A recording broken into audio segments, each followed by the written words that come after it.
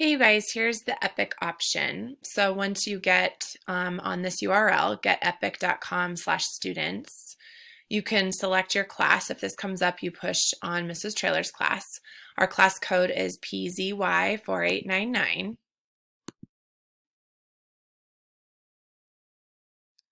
Then when you click on you, what seems to come up is you need to log in to grant, it says parents log in to grant your child access to Epic. So unfortunately, it seems like maybe you're going to have to put in your mom, so Megan's email, and then you guys have a password. I don't know if you guys already have that set up, but I think that's what's going to have to happen in order for you guys to use it for free.